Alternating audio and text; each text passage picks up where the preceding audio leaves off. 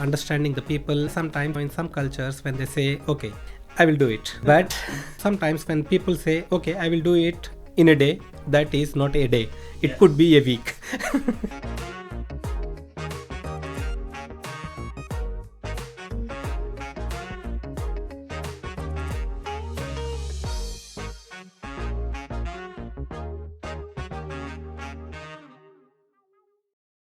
Welcome, Abbas. Welcome to the Making It a Manufacturing podcast. Thank you for welcoming. I'm excited to be here. Good. To participate into this manufacturing podcast. Brilliant. And how has the start of your ISPE conference been? Yeah, it's going well. It's great to be here and to meet a lot of exciting, enthusiastic people and who shares a lot of engineering stuff, technology, different platforms. We discussed a lot and I visited multiple booths with different suppliers and all. It was great. Yeah, no, nice. And you're speaking tomorrow. Yes, you got your so I do have a presentation. Yes, this is a good little warm up for you. Yes, there'll be more people in there tomorrow than just me today, which is good. So, just to start with, then, if you can give a quick introduction just to who you are and your current role at the moment. Yeah, my name is Abbas Hussain Syed. Yeah, basically, I hail from India. Yeah, by training, I'm a chemical engineer with an MBA in finance and marketing. Yeah, so I commenced my career with a company called Tata Rallies in India. I worked in operations department. Then after 2 years, I moved to a company named Dr. Reddy's, a pharmaceutical company, which is one of the leading Indian pharmaceutical company. And I worked there for around 8 years in process engineering and technology transfer function. Then I moved to another leading pharmaceutical company called Piramal Healthcare in India, where I worked as manager in technical services department. Then where I landed up in Sanofi after this company. So Sanofi back in 2013, they wanted to establish an R&D and launching unit center outside India, out of Europe, first time. So they decided to establish this in India, the site called Ankleshwar, the western region of India, where I began my career with Sanofi back in 2014. So is that Hyderabad? Is that no, Hyderabad is in mid-south of India, and this site of Sanofi, Ankleshwar, is at a place called Ankleshwar in the state of Gujarat, where our national father, the Indian national father, whom we call Gandhi. Yes, this state. Yes, it's the state of Gujarat. It's in western region. So how far from Goa? Yeah, Goa and Ankleshwar are about maybe about 300 to 400 kilometers. In Goa, as we had a site. So I've been to Goa 3 times. Yeah, it's a very nice place. Beautiful. Yeah, I've beautiful with a lot of foreign tourists. Yeah, it is. Yeah, a lot of all over the world. It used to be years ago. A lot of Russian people would go from. Still the same. So no, it was. My family go every year. So it's a particular little village called Kavalosam. Right on the beachfront, really nice. And I've gone from a kid, I think until I was 21, so 10 years nice ago or to something. Nice to know. But amazing. Amazing place. The people couldn't be more helpful, friendly. The food was phenomenal.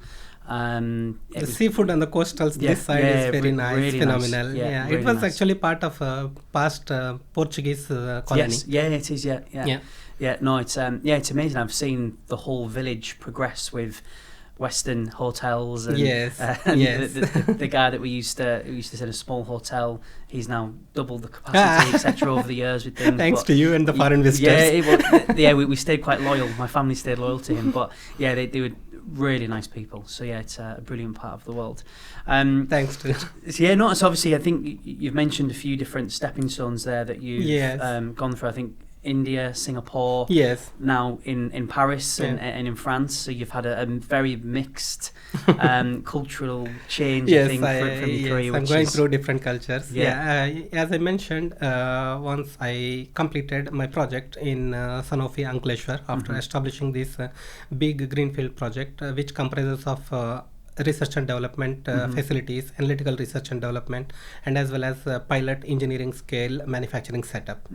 Once I completed these projects and validated 2 of the important products at that time, I was offered with a position to move to Sanofi, Singapore, a site in Jurong, a place in Singapore.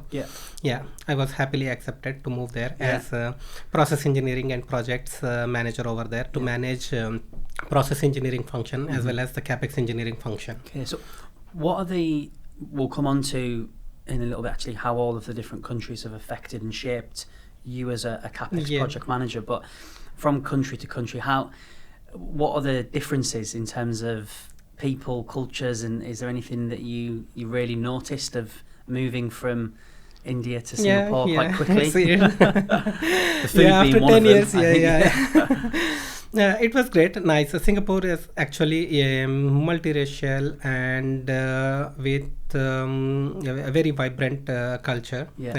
Because Singapore is a newly created state city country with a lot of people all around the world. I've got friends that have moved there in IT. A lot of expats lives in Singapore. I also lived as one of the expat, and the culture of Singapore is not very far from Asian culture from India, because there are a lot of Indians also live in Singapore.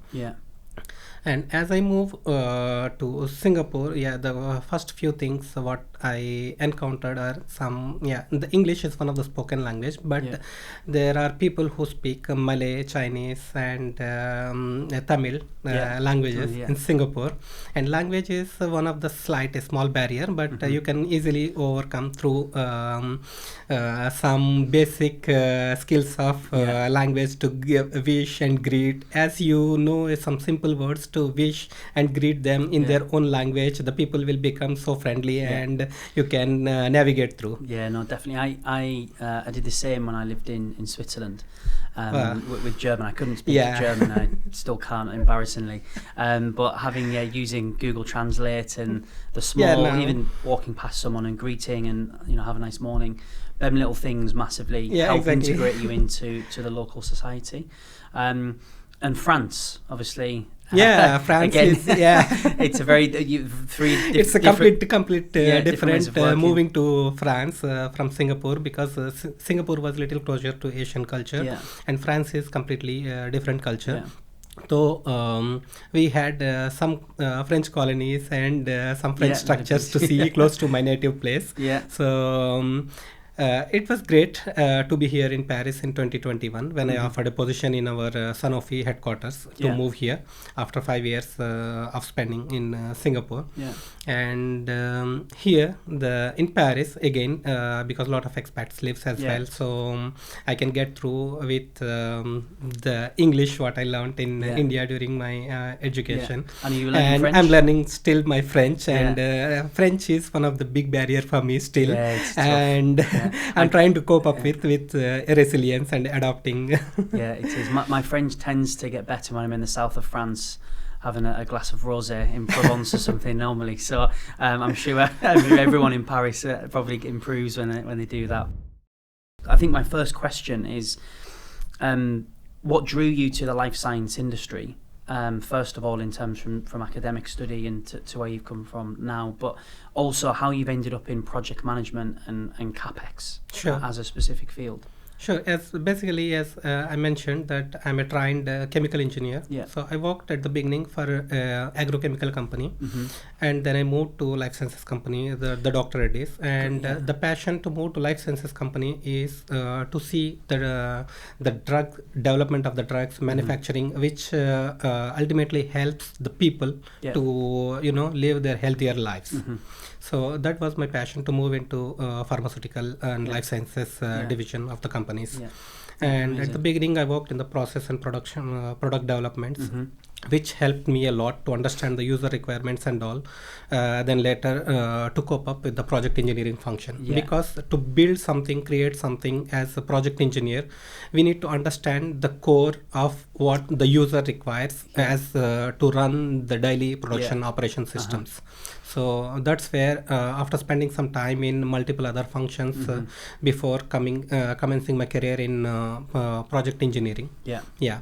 I think so you gave yourself the hands-on experience to understand what needs to be done. Yes. And then as you've progressed, I suppose, into the project management CAPEX space. Exactly. It gives you that well-rounded view of this is what needed at this stage, this is how to do it, and you can sort of review things with it.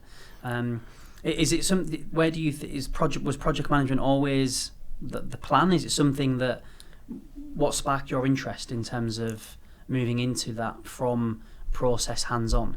Yeah, from process hands-on and moving into project engineering is to see something, to create, to build something ultimately at the end of the project, which the facility what we create is working, producing some valuable medicine to help the people around the world is a key and a passion to do and move into this project engineering function for me. And how is your journey through the countries and through the different roles you've had? How have them experiences shaped the type of project manager and CAPEX manager you are today? Yeah, when I begin the project management and in the project engineering function, it was a bit difficult for me to understand really the different stakeholders and their expectations. So I did go through multiple trainings, like I have done my certification course in project management professional through the PMI USA. Is that the PMP? The PMP. I'm certified PMP.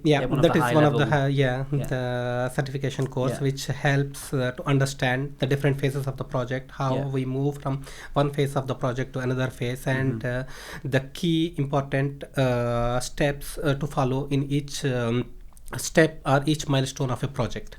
So it helped me a lot, this training, and as well as my manager, since whom I'm working with since last 10 years in Sanofi, who helped me to develop into this role currently what I am, and the skill sets in terms of technical and as well as the people management, I learned from him a lot. My manager, Jomari Riverdale, who helped me shape my career into this project engineering function. He's the one who identified to move me from process to project engineering. So he gave you that opportunity. Yes, he gave me a great opportunity to move to Singapore as well as to come to France. Amazing. You've not looked back. I think I think it's you touch on a good point there around the people management skills, and I think when I look at your experience, having the experience of working in multiple different cultures and countries and adapting to that sets you up naturally with the correct skill sets, communication skills, to be an effective project manager. And I think they're the traits that you'll have probably developed throughout your journey, which has shaped the way that you've which helped me a lot. Massive. Are there any other traits that you think you've developed or skill sets you've picked up over the years that from your experiences of moving abroad and different things that have helped today? Into the CAPEX management, I went through being a core member of developing some key softwares, key platforms, which helped me understand the key basic requirements, how to navigate through the projects. Like we have built and developed tools called some different platforms to how to organize, plan, manage the CAPEX projects. So being a key member to develop the tool is one of the greatest asset to learn through, so that once you build the tool, you operate it through and you explain to the people how to navigate through the projects process, how to schedule the projects and all. It helps. Great. And is there any challenges that you've faced over the past maybe 10 years or so in terms of moving from Singapore to France? You highlighted it a little bit already in terms of like the language barrier. The communication, the language barrier, understanding the people, and sometimes in some cultures when they say, okay, I will do it. But we need to understand when we say in different cultures, the accepting, answering is different ways. And sometimes when people say, okay, I will do it in a day, that is not a day. It could be a week. So when understanding the cultures, different culture people says different ways to express themselves. But for some people, deviating something may not be, I say 1 week, but I can finish it in 10 days. It should be okay. So we need to understand the background of people whom we are dealing with, so that to position ourselves in a right position to navigate the process and the projects to successfully and successfully finish the projects. So what did you do to help overcome that challenge? What was there anything, trainings or techniques? Yes, I went through multiple trainings in the project management and leadership skills the company offered me throughout my career with Sanofi and EUROAPI. So like mainly it's 80% of the time you learn from your shop floor, your work. When you are working with different countries, different peoples, you will learn a lot. For example, if you work with when I work with my colleagues in Frankfurt site, like in German people, the Germans comes with a different, a great technology platforms, the way they work, the way they think. And when I work with my colleagues in French, the way they manage the people is different and one of the best ways of managing the people. So each country teaches different things. So what do you do then to give yourself? You say you take on a new project next week, for example, and it's a new culture you've not worked with. What would you do? I basically study at the beginning whom I'm working with and how to work with them. For any successful project, understanding and managing the stakeholders is key, and with a clear communication and clear expectations from them, and giving them the clear roles in a project, and telling them, and the team building, and taking them through a common objective, common goal is very important to run a successful project. And that's, I suppose, getting everybody aligned on the same page. Aligned on the same goal, as one team at the end. Is important. Is to beginning. I think getting that right at the beginning sets you off with the expectations and where you're going. I really wanted to dive into the world of CAPEX and project management within engineering, because at the moment within Europe and the US, it's such every country's got a huge manufacturing site being built, which is really exciting for the industry. So I was keen to get your perspective as you're in the mix of it, managing lots of different CAPEX engineering projects. To start with, I wanted to know if there was any common mistakes that happen within CAPEX projects that you've seen over your career that we could discuss and dive into. Yes, for sure. Not to start on a negative point, I suppose. No.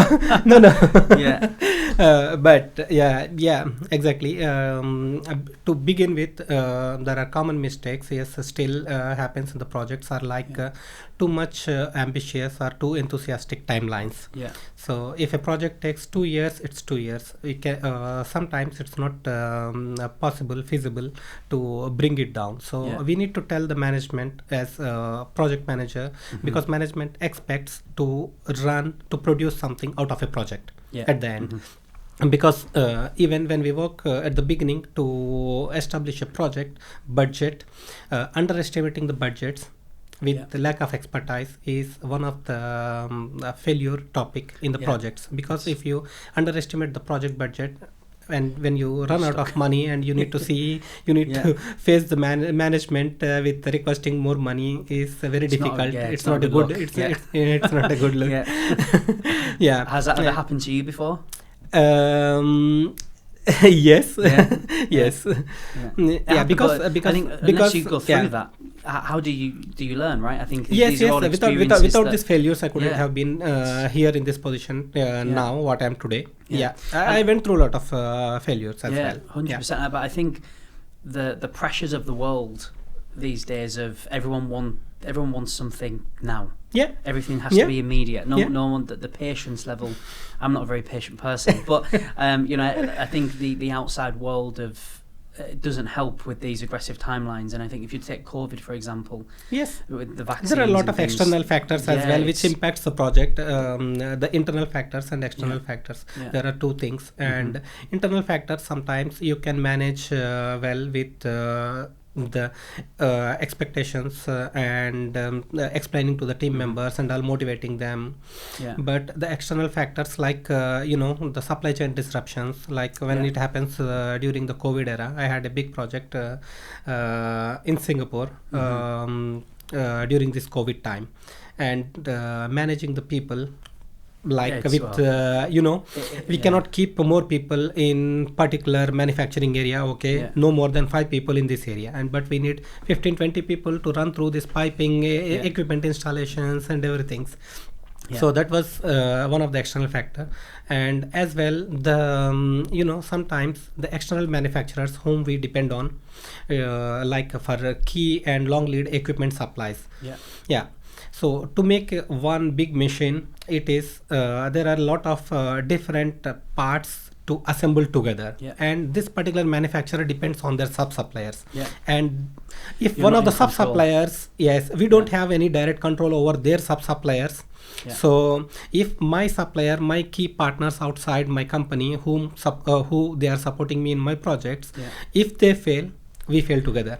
It's right. It's interesting. I spoke to a gentleman yesterday in the conference that they're building a new fill and finish line at the moment in Switzerland, and I asked, how's it going, what stage are you at, is there any issues with everything, and he said, well, it would be great if we could get the equipment that we want for the line. He said that we've ordered it and we've picked the supplier. However, they just straight away said, we're really sorry, but we're not going to be able to give you this for another 6 to 8 months because we've just got such a backlog, and so that you're restricted from their manufacturing lines their manufacturing lines have their bottlenecks, so it will be difficult for them when sometimes when certain technologies, certain platforms are being developed, certain manufacturing the manufacturing companies overwhelmed with lot of orders, and everybody is queuing up. And during the COVID era, for example, there are a lot of machines, and the machines now doesn't work with a great automation, lot of automation.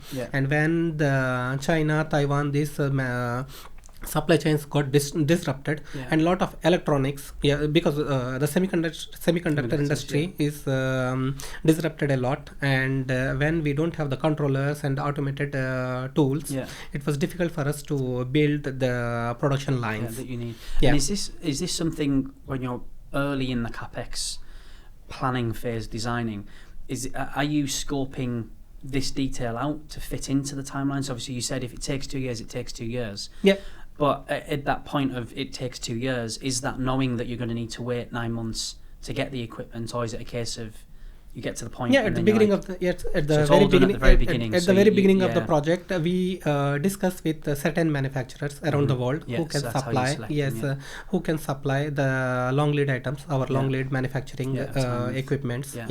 We do discuss with them to understand the budgetary prices of this equipment as well as the long lead times, how much they will take, and we try to take some 10% buffers because anything could happen. 10% buffers, and adding up to the project timelines, which saves sometimes some disruptions.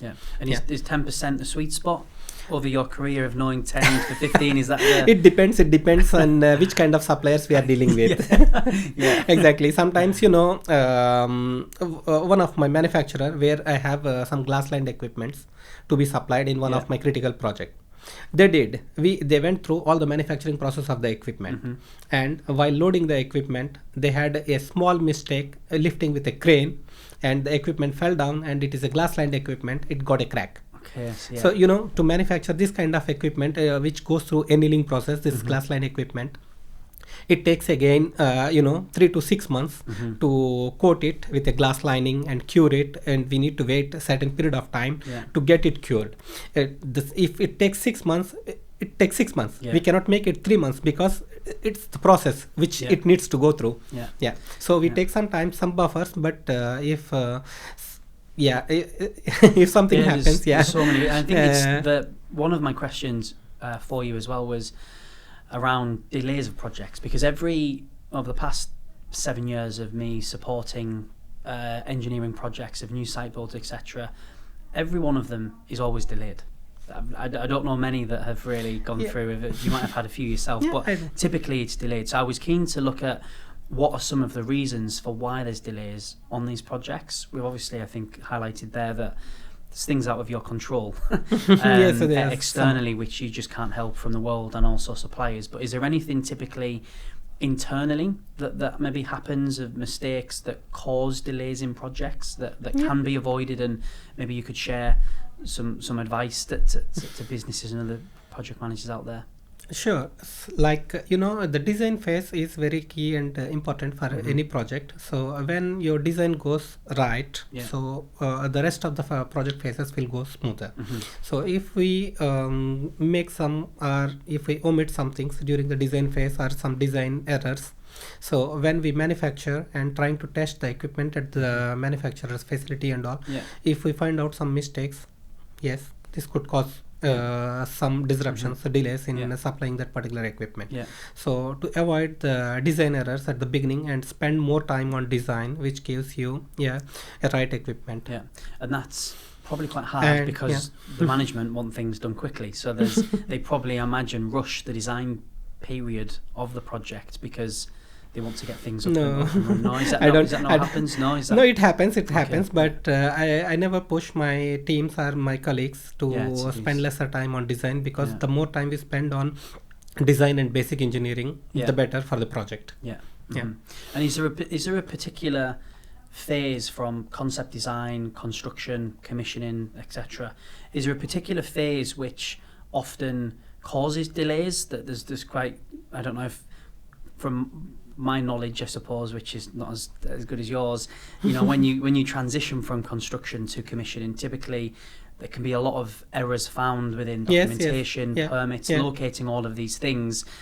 If the construction's not done too good, it causes a nightmare for delays things. So I don't know, maybe I answered your question for you there, but is there a particular phase that... Yeah, exactly. You hold the right phase of the project, because every project goes through different phases, and depending on the project complexity where it lies, the delays can happen in different phases. But however, most of the people in engineering and projects function agrees that the construction phase is a very key phase of any project, and even in pharmaceutical or any industry. Because you need a lot of micro planning and lot of coordination, because once the design is finished, once your equipment's manufactured and received on your site, then keeping all this equipment together, integrating all these machines and the production lines, working with multiple different subcontractors, functions like piping contractors, electrical contractors, and instrumentation, automation, and putting them all together in one area, one place of the project construction area is really will become mess if we don't plan it properly.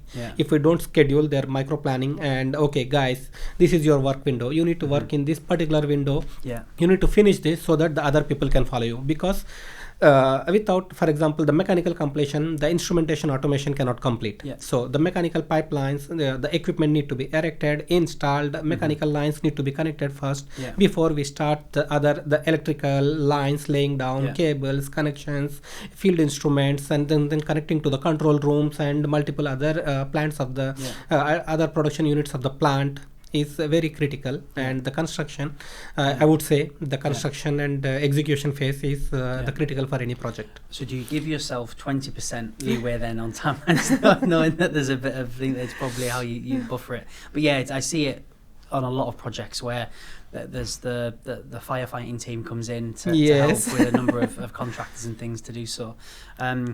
Yeah, I think, would you say that's the most challenging part of the project? It's a challenging part, but with the right planning and we can navigate through. Yeah. And even if we have some difficulties sometimes, I don't say everything goes smooth in every project, but in construction phase sometimes if we have a good support from the external partners, we can pump in more people to, you know, work in different shifts to go through to mitigate the delays during the construction phase. Yeah.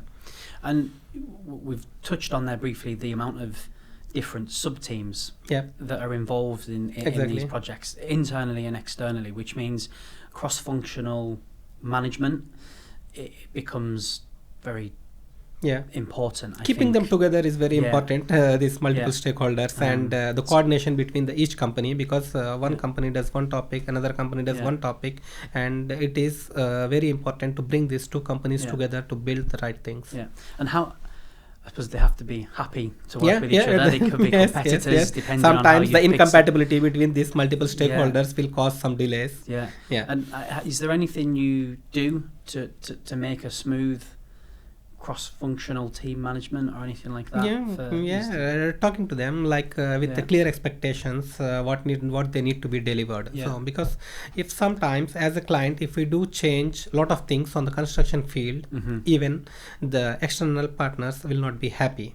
So even if there is a change, because project always have a lot of changes during the construction phase, but keeping them notified, informed in advance will allow them to plan their resources, their materials and lot of other stuff, so that they will not be panicked and they will be able to cooperate with us. If we do last minute changes and some aggressions and other things will lead to, you know, conflicts and which causes delays. One thing I wanted to dive into as well, which is a huge topic in the world and has probably over the past 15 years maybe become more important for your project planning and design, is around sustainability. And around, there is so much new facilities being built around Europe and the impact that's having on the environment, and there's a lot of businesses that are dormant, that they're not producing any products, so they're not making any money, but they're still producing waste, etc., from it for a long time. So I wanted to dive in. What's your take on sustainability at the moment within engineering, and what are some incentives that you're doing to help?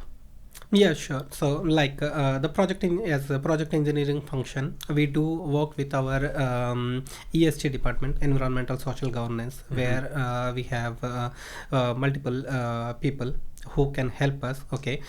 During the design phase of a project, we can adopt some green principles, even to look out for newest technologies, like you know, when we run with some motors, the engines, the pumps, nowadays there are great technologies available which can reduce the lot of electrical consumptions with the energy saving options.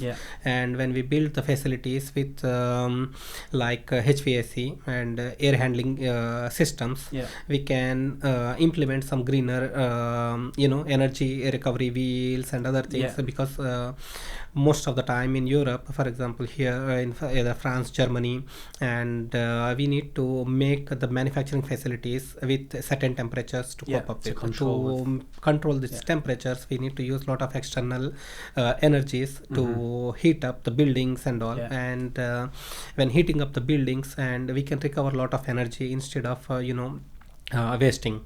So recycling the airs to supply to the manufacturing areas by filtering them efficiently, and adopting other solar. Yes. There are a lot of. Do you ever think there'll be a plant that is powered by solar? Is that a possibility? Yes, there is, and a lot of people using solar energy during the summers in Europe. For example, recently we built a big solar farm in our Haverhill site close to Cambridge, which produces about 2000 megawatt energy. And with this, we have reduced a lot of energy consumption on our site. When our boilers and big machines, when they are running, they used to consume a lot of energy, and now with the solar power plant, we were able to recover a lot of energy, and we are able to produce now today with a lot of electricity from the solar plant. And we are adopting in multiple car park slots wherever we have the empty spaces to install these solar power plants which produces electricity.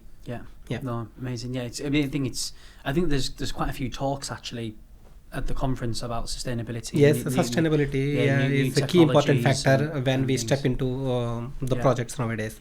So it's in one of the, when we ask for money to the management, and it is one of the slide we need to explain about how this project is sustainable and what kind of measures we are taking in the projects to implement to be sustainable and to decarbonize and to go with a lower carbon footprint when running a project and completing the project, even when producing after completing the project. Are there challenges with that in terms of having to incorporate this into now project based? I imagine there's still it has a benefit and it needs to be done, but I imagine if we go back to things being done quickly, I imagine it probably doesn't help that yes, they help. The greener solutions, they does help. Sometimes they cost as well, and on top of the project budgets, we need to keep some budgets for adopting the greener solutions. Adopting greener solutions doesn't come with cheaper it costs, but it helps, and it helps to preserve our planet Earth. Is there any one particular new piece of equipment or new piece of technology that you're using, that you're going to implement at the moment, that you could share? We have some traditional technologies in our manufacturing facilities, like we have lyophilization. It's freeze drying process. Currently it is a batch process which consumes a lot of energy and which takes long time. And there are some companies and around the world, even in France, they are trying to develop the continuous freeze drying, the dynamic freeze drying, which they call. In traditional freeze drying, we just take our products in liquid, the solutions with water, and we evaporate them at lower temperatures to produce the solid powders. So they are the traditional the dryers where we put our products. They consume, as I mentioned, a lot of energy because they are stationary. It takes 1 week or more to dry these products. But with developed dynamic freeze drying technologies, which we can finish the drying in 1 hour. Sometimes, and even 1 day, 1 hour, something like that, depending on the volumes and the quantities. So this dynamic freeze drying is one of the key technology being under development for to replace the traditional freeze drying. So there will be some cost at the beginning to install these newer technologies, but ultimately they pay off you over the period of time. With everything. No, interesting.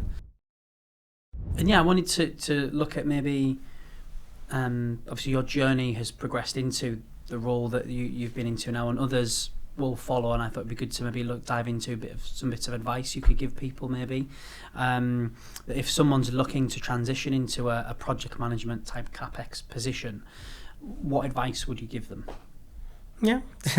Keep core to the fundamentals, engineering fundamentals for the design. I'm an engineer. I would love to stick to the core fundamental engineering values, and as we develop further into the role, the people management is a very key important factor to run the projects, because the project cannot sustain without a good team.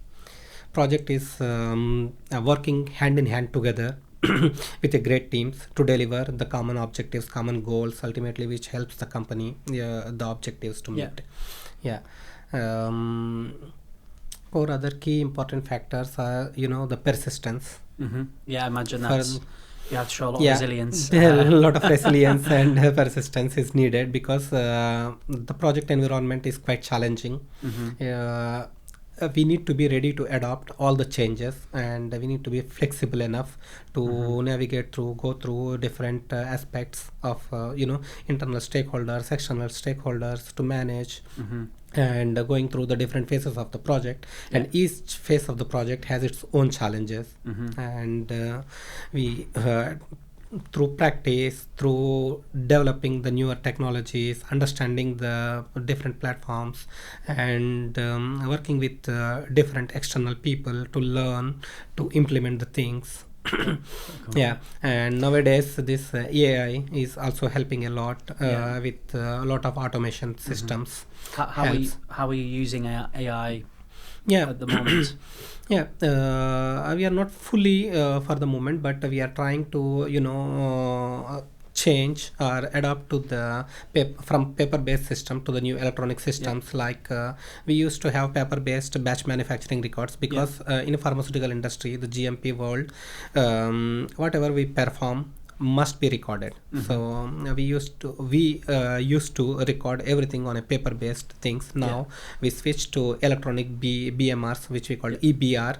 So every data is stored in the electronic form, and it is easy to retrieve and make the different trends of batch manufacturings, what we have done in the past, and how the batches performed.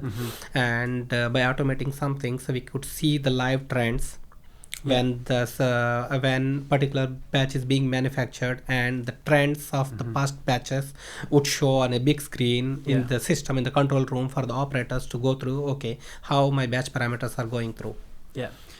So using AI speeds up that process? It speeds up the process to connect the different equipments and different field instruments, with some great automation, and which is with the help of AI. Now with lot of home appliances, for example, I can operate my home air conditioning system. When I am out, I can slow it down. I can slow it down, and before I move to my home, 1 hour before, I can heat it up my home in order to conserve the energy. Like, not only the home appliances, we can operate a lot of industrial equipment as well with multiple automation systems and AI. Cool. And my last question of how I end the podcast is, if you could go back to the start of your career, what's the one piece of advice you would give yourself? It's difficult. But I love my career journey as far as where I am today. Maybe I would have started my projects and engineering function career a bit earlier. I have started it 10 years ago. Before that, another 10 years I spent my life in process development and process engineering, technology transfer functions. Ultimately, they help me develop into this role as well, to understand the functional roles, how the things works. But maybe if there was an option, I would have moved a little earlier into this function, where I can build some better, greener, good manufacturing facilities. No, amazing, perfect. Well, thank you so much for joining us today. I know you're really busy at the conference, and thanks for your time. I'm so happy to be part of this podcast and to speak about my journey as well as CAPEX project engineering function. Brilliant. It was Thanks, nice. Abbas. Thank you so much.